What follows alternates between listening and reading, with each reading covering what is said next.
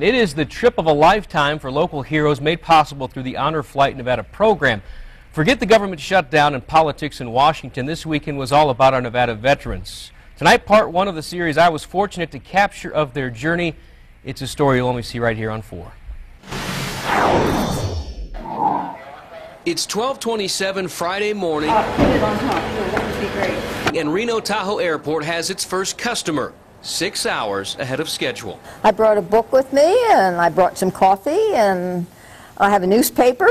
Too excited to sleep, too nervous to stay home, retired Marine Corporal Peggy Fish is one of 38 veterans headed to Washington, D.C. thanks to Honor Flight Nevada. Once a Marine, always a Marine. You're just ready to be in the military and go along with it. And this will be wonderful to be with some of the people who are military people also. Right, there you go. Within a few hours, fellow soldiers begin filing in, most of whom have had about as much sleep as Peggy. It's surprising how much you stay, how harder it is to sleep when you're anticipating something. They wear their branch of service and time served proudly, each with a story to tell. I went in as a volunteer in World War II at 17, and I put 8 years in. That covered the Korean War too. For some, the trip will be the very first time they've talked about their time at war. And some have had very bad experiences and they don't want to talk about it. I can understand that. I want to hear more stories. I want to understand more of what happened. Raymond Kronsky. With boarding passes in hand, the vets load their first plane where free breakfast, compliments of McDonald's is waiting, along with the first of many surprises. But I just want to personally, on behalf of all the people of the state of Nevada, say my heartfelt thanks and gratitude for your service to our country and protecting our freedoms. God bless you, God bless Nevada, and God bless the United States of America, the greatest nation on earth. Thank you. The chemistry's starting to happen, you know. The wrapping is coming off the Christmas presents. We have another 30 minutes to update. An hour-long delay into Denver means more time to share stories until takeoff when a 2-hour flight takes us to the Mile High City, where once again, Child's being served. Make a hole. We're going to bring it all the way down. a meal is provided, this time by the USO. Thank you so much for your service. Moments later, we're airborne again. Here we are, ready to go.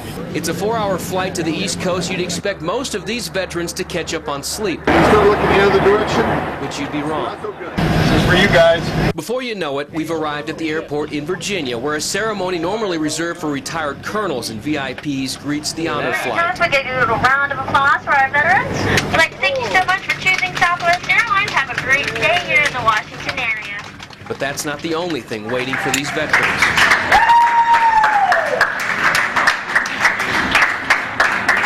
I start crying. I start crying right away when I see something like that. Oh yeah, it gets me right by the horns here, I tell you that. Around every turn, there's more strangers waiting for a chance to simply say thank you. You get emotional over it. You know, you're the hard-boiled guy, but you're still a softie. That's the payoff, to see the community coming together from the little kids to, you know, the older folks. It was unexpected. I didn't know anybody knew that we were coming in, except for the program, the people who programmed it for us, but I didn't know they would be there. The veterans have landed, and the trip of a lifetime is in full swing. A lot to do in a short amount of time, so let's get doing it. Great group there. Tomorrow night we continue the Nevada Honor Flight series. The Silver Straight Heroes at the memorials, where despite the recently constructed fences and barriers, the vets push on. They're a rowdy group. Catch that story right here tonight on News 4 at 11.